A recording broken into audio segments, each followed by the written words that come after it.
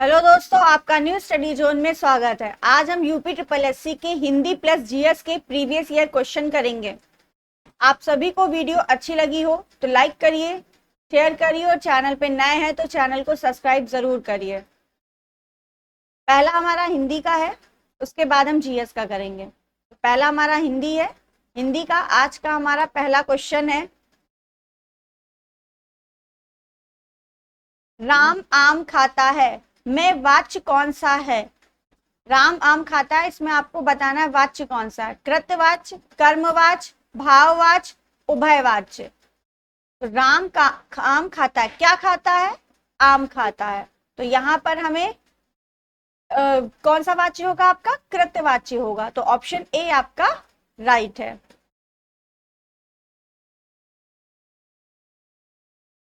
Next question है आपका,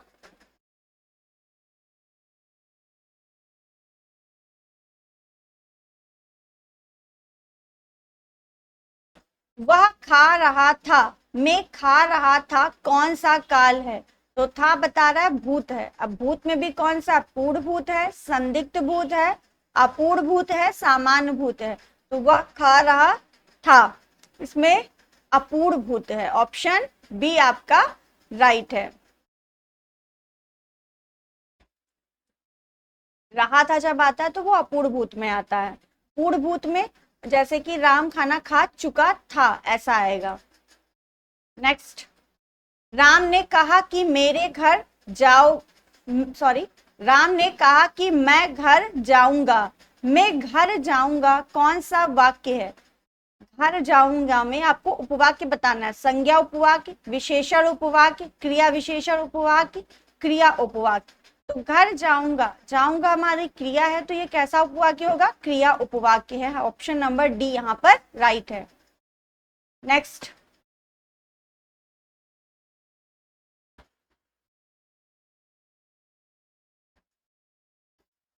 एक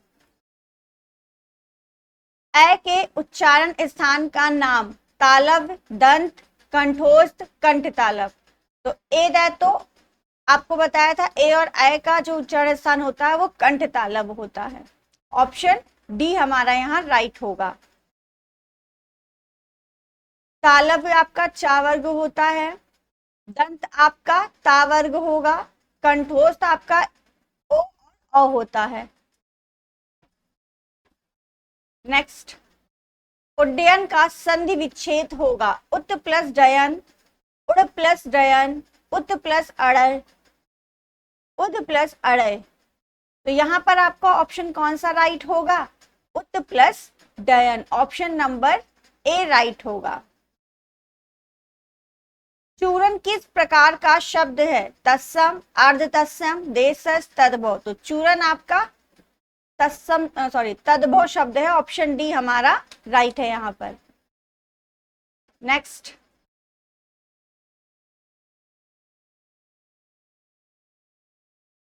चौकड़ी भूल जाना मुहावरे का अर्थ है राह ना सूझना, बराबर बात बदलना, पीछा छुड़ाना, ठाठस बांधना, बाधा, सॉरी, बधाना। तो यहाँ पर चौकड़ी भूल जाने का अर्थ क्या है? मुहावरे का अर्थ इसका आपको बताना। इसका है राह ना सूझना। ऑप्शन नंबर ए हमारा राइट है, राह ना सूझना। जबकि ठाठस बंधाना का अर्थ है साहस देना। वैमनस्य का विलोम शब्द होगा विमनस्य, सौमनस्य, सुमनस्य, अवमनस्य। यहाँ पर ऑप्शन आपका बी राइट हो जाएगा। वैमनस्य का विलोम होता है सौमनस्य। ऑप्शन बी आपका राइट है। जस दूल्हा तस बनी बराता कहावत का अर्थ है अपनी योग्यता से अधिक बातें करना, जैसे खुद वैसे साथी, किसी की चाल को अच्छी तरह जानना, अच्छे बुरे को एक समझना। तो यहाँ पर ऑप्शन बी राइट है। जैसे खुद है वैसे साथी होंगे। ऑप्शन बी हमारा राइट है। छोटी मुंह बड़ी बात का अर्थ होता है योग्यता से अधिक बातें करना, उड़ती चिड़िया को पहचानना, किसी की चाल को अच्छी तरह जानना, सब धान 22 पसेरी, अच्छे बुरे को एक समझना, तो यहाँ पर ऑप्शन आपका बी राइट था, जैसे खुद वैसे साथी। नेक्स्ट, जो धरती फोड़कर जन्मता है, स्वयंभू, जन्मजात, जरायुज, उद्भिज। जो धरती फोड़कर जन्मता है उसे उद्भिज कहते हैं। ऑप्शन नंबर डी हमारा राइट है। जिसमें माता के गर्भ से निकलते समय खेड़ी में लिपटता हुआ होता है उसे जरायुज कहते हैं। जो स्वयं जन्म लेता है उसे स्वयं भू कहते हैं। नेक्स्ट, इनमें से मूक का अनेकार्थक शब्द कौन सा नहीं है? मूक मतलब गूंगा, चुप, शांत, विवश। तो मूक का अर्थ होता है गूंगा, चुप, शांत। ये तीनों आपके समानार्थी शब्द हैं।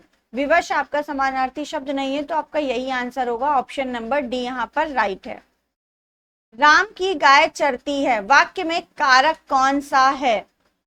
कर्ता, कर्म, संबंध, अधिकरण। तो यहाँ पे राम की गाय चरती है, का की के आपका किस में आता है? संबंध में आता है। तो ऑप्शन सी आपका राइट है। नेक्स्ट, वह बहुत अच्छा लड़का है में वह में कौन सा सर्वनाम है? निश्चयवाचक, अनिश्चयवाचक, संबंधवाचक, निजवाचक। तो हमने कहा वह बहुत अच्छा लड़का है, तो किसी एक इंसान को बोला है, तो वह आपका क्या है? निश्चयवाचक सर्वनाम है। ऑप्शन ए आपका राइट है। नेक्स्ट, जब पानी बरसता है तब मेढक बोलते हैं में जब पानी बरसता है कौन सा वाक्य है? संज्ञा उपवाक्य, विशेषण उपवाक्य, क्रिया विशेषण उपवाक्य, क्रिया उपवाक्य। तो ये आपका क्या है? क्रिया विशेषण उपवाक्य है आपका। जब पानी बरसता है तब मेढक बोलते हैं। तो ऑप्शन आपका सी राइट हो जाएगा, क्रिया विशेषण उपवाक्य। इनमें से स्वर्ग का पर्यायवाची कौन सा नहीं है? त्रिदशालय आपका होता है, गौ आपका स्वर्ग का पर्यायवाची है, नाग भी आपका स्वर का पर्यायवाची, त्रिदिव ये आपका स्वर का पर्यायवाची नहीं है। ऑप्शन बी आपका राइट होगा।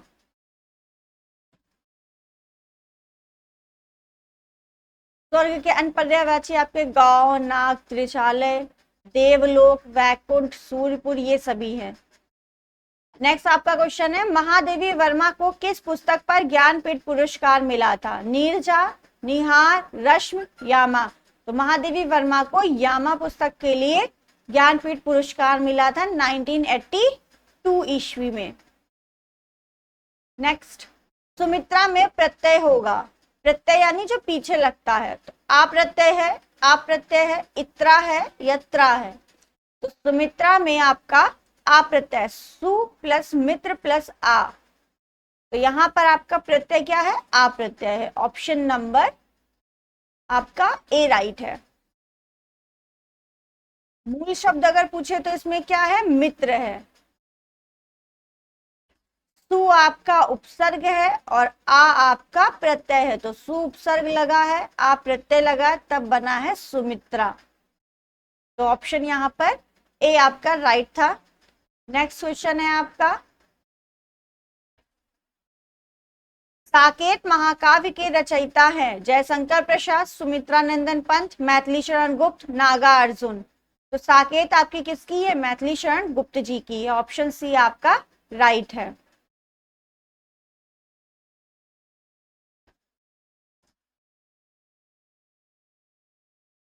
जो कवि लोकप्रिय होता है उसका सम्मान सभी करते हैं, इस वाक्य का सरल वाक्य क्या होगा? जो कवि होते हैं वे लोकप्रिय होते हैं, लोकप्रिय कवि का सम्मान सभी करते हैं, कवि लोकप्रिय होते हैं और सम्मानित होते हैं, और इसलिए ये सभी शब्द तो आएंगे ही नहीं।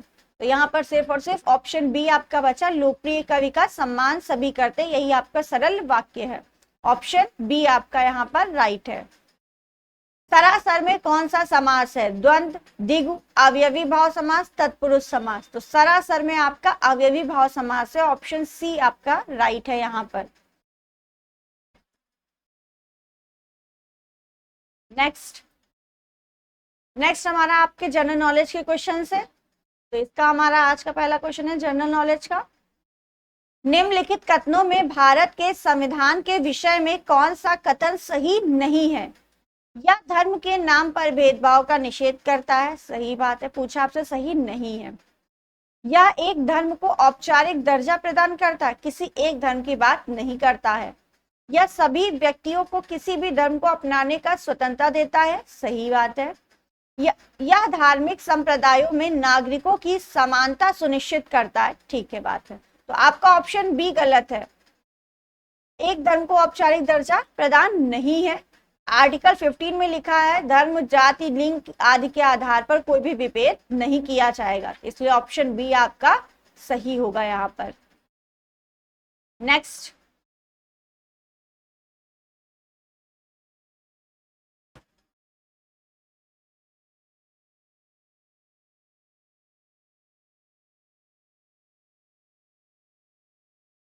भारत में सबसे पहली जनगणना किस वर्ष में हुई थी?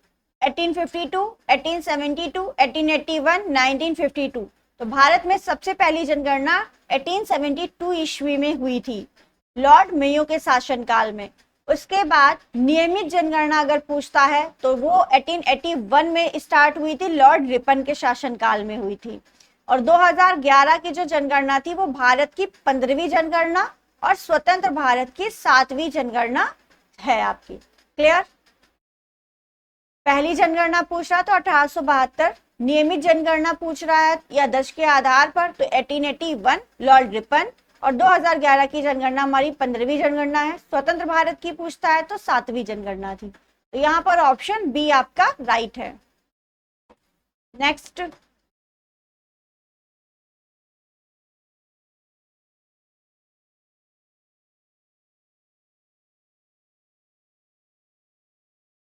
इक्कीस जून को दोपहर को सूर्य की स्थिति एकदम सिर के ऊपर कहां पर होती है? भूमध्य रेखा पर, 23.5 डिग्री उत्तर, 23.5 डिग्री दक्षिण, 66.5 डिग्री उत्तर। तो यहां पर आपका 21 जून को आपका क्या, 23.5 डिग्री नॉर्थ। ऑप्शन बी आपका राइट है। ये आपका 21 जून के दिन होता है।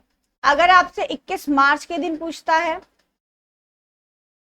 पृथ्वी की उत्तरी गोलार्ध में 23.5 डिग्री उत्तरी अक्षांश पर स्थित कर्क रेखा पर 21 मार्च से सूर्य की ओर उन्मुख होना प्रारंभ होता है। 21 जून को कर्क रेखा सूर्य के ठीक सामने होता है, इसीलिए आपका जो ये 21 जून को दोपहर को सूर्य की स्थिति एकदम सिर के ऊपर कहाँ होती है? तो 23.5 डिग्री उत्तर में। इस तिथि को सूर्य कर्क रेखा पर लंबवत चमकता है, ये याद रखिएगा। तो 21 जून को जो है आपका सूर्य जो है कर्क रेखा पे बिल्कुल लंबवत होता है। तो यहाँ पर ऑप्शन बी आपका राइट है, इसीलिए ज्यादा गर्मी होती है। नेक्स्ट क्वेश्चन आपका,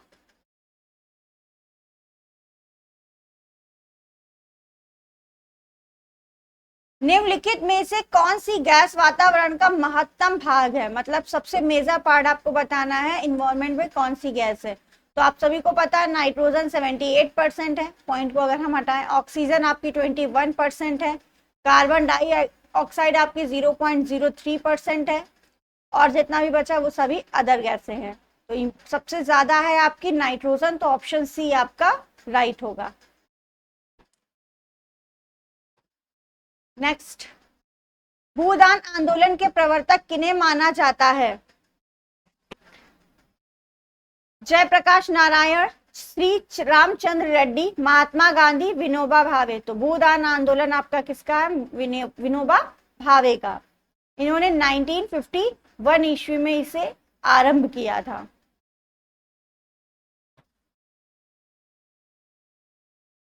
भारत में पहली रेलगाड़ी किस वर्ष और किन दो स्थानों के बीच चलाई गई थी? तो बंबई से ठाणे के बीच था, ठीक बात है, लेकिन सन आपका गलत है। 1853 बंबई से सूरत, जगह गलत है। 1853 बंबई से ठाणे, ये सही ऑप्शन आपका है।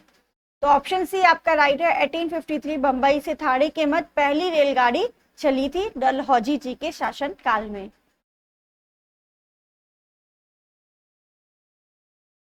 नेक्स्ट, हिंद स्वराज नामक पुस्तक की रचना किसने की है? तो हिंद स्वराज जो है आपकी महात्मा गांधी जी की है। ऑप्शन सी हमारा राइट है। हिंद स्वराज, यंग इंडिया, हरिजन, ये सभी आपके मोहनदास करमचंद गांधी जी की हैं। जवाहरलाल नेहरू की रचना Discovery of India Jawaharlal Nehru की है। सुभाष चंद्र बोस की इंडियन स्ट्रगल है। दादा भाई नौरोजी की poverty and un British rule in India, ये सभी इंपॉर्टेंट हैं। डॉक्टर राजेंद्र प्रसाद की इंडिया डिवाइडेड, तो यहाँ पर ऑप्शन सी आपका राइट है। अमृतसर में जलियांवाला बाग कुख्यात जनसंहार किस दिन घटित हुआ था? तो आप सभी को पता है 1919 था सन। अब डेट क्या है? 13 अप्रैल। 1920 नहीं है, 1920 नहीं है, 19 अप्रैल 1919 नहीं है, 13 अप्रैल 1919 है। तो ऑप्शन बी आपका राइट है। 13 अप्रैल 1919 को जलियांवाला बाग हत्याकांड हुआ था, जिसमें आपके डॉक्टर सत्यपाल सैफुद्दीन किस्लू की गिरफ्तारी के विरोध में ये जनरल डायर ने अंधाधुंध गोलियां चलवा दी थी। इसी की वजह से आपका इसी को जलियांवाला बाग हत्याकांड के रूप में जाना जाता है। नेक्स्ट,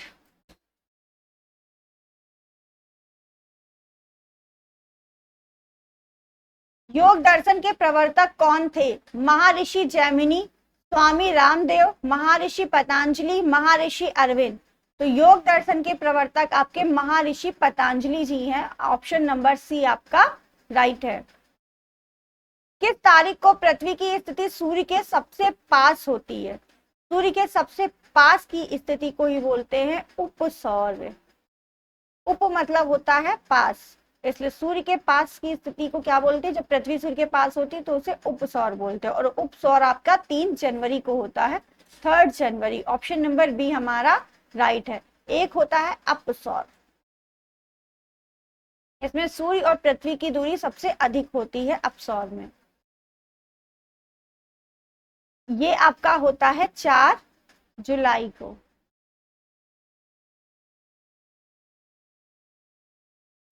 चार इंपॉर्टेंट बातें हैं इसकी, देख लेते हैं। तो इसका आंसर तो बता दिया, 3 जनवरी। 3 जनवरी पृथ्वी सूर्य के सबसे नजदीक होती है, इसे उपसौर कहते हैं। 4 जुलाई को पृथ्वी सूर्य से सबसे अधिक दूरी पर होती है, इसे अपसौर कहते हैं। 21 जून को सूर्य कर्क रेखा पर लंबवत चमकता है, अभी बताया था। 22 दिसंबर को सूर्य मकर रेखा पर चमकता है। ये 4 इंपॉर्टेंट बातें हैं, तो यहाँ पर ऑप्शन बी आपका राइट है। नेक्स्ट,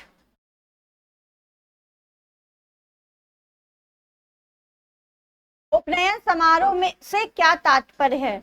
बच्चे को एक औपचारिक नाम दिया जाता है, बच्चे को सूर्य और चंद्र के औपचारिक दर्शन कराए जाते हैं, बच्चे को पवित्र जनेऊ धारण कराया जाता है, बच्चे का विवाह किया जाता है। तो उपनयन संस्कार में बच्चे को पवित्र जनेऊ धारण कराया जाता है। ऑप्शन नंबर सी आपका राइट है।